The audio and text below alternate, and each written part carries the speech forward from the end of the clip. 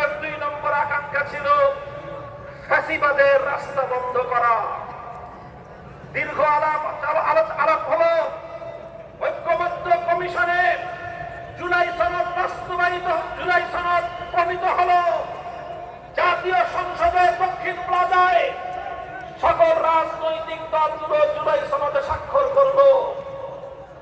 আজ জাতীয় সংসদে দাঁড়িয়ে সরকার দলের মুখপাত্র বলেন জুলাই সনদের মাধ্যমে নাকি অন্তহীন প্রতারণা করা হয়েছে।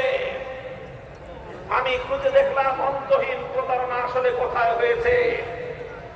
আমি খুঁজে পেলাম গোটা এই প্রক্রিয়ার মধ্যে একটা জায়গায় অন্তহীন প্রতারণা হয়েছে, আর সেটা হলো জামাত ইসলামী, বাংলাদেশ খেলাফত মজলিস, এনসিপি, 11 দলের সবগুলো দলের কাছে জুলাই সনদের যেই কপি প্রদান করা হয়েছিল, আমরা যেটা পরে সংসদ ভবনে দক্ষিণ প্লাজায় গিয়েছিলাম স্বাক্ষর করতে, সেখানে বিএনপির অসাধু নেতৃত্ব অন্তর্বর্তীকালীন সরকারের কিছু গাদ্দার এবং বিশ্বাসঘাতকের সঙ্গে তলে তলে আলাপ করে নতুন একটি ধারা নোট সংযুক্ত করে তারপরে সেখানে স্বাক্ষর অনুষ্ঠান করেছে।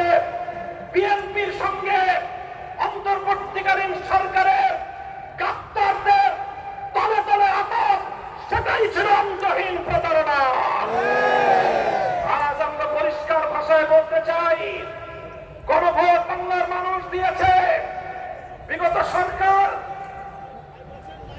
বর্তমান সরকার, বিএনপি যখন নির্বাচনের প্রচারণায় নেমেছিল, আপনারা দেশের জনগণ সাক্ষী, প্রথমে তারা তলে তলে না ভোটের পক্ষে ক্যাম্পেইন শুরু করেছে।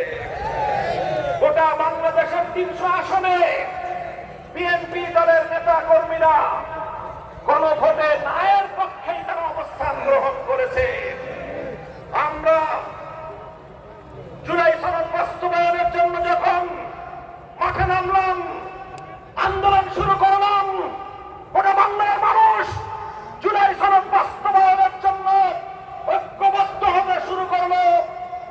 তখন আমরা অনেকেই বলেছিলাম আমরা আগামীর বাংলাদেশে গণপরিষদ গঠনের মধ্য দিয়ে নতুন সংবিধান আমরা রচনা করতে চাই অথবা সংবিধান পুনর্লিখন করতে চাই।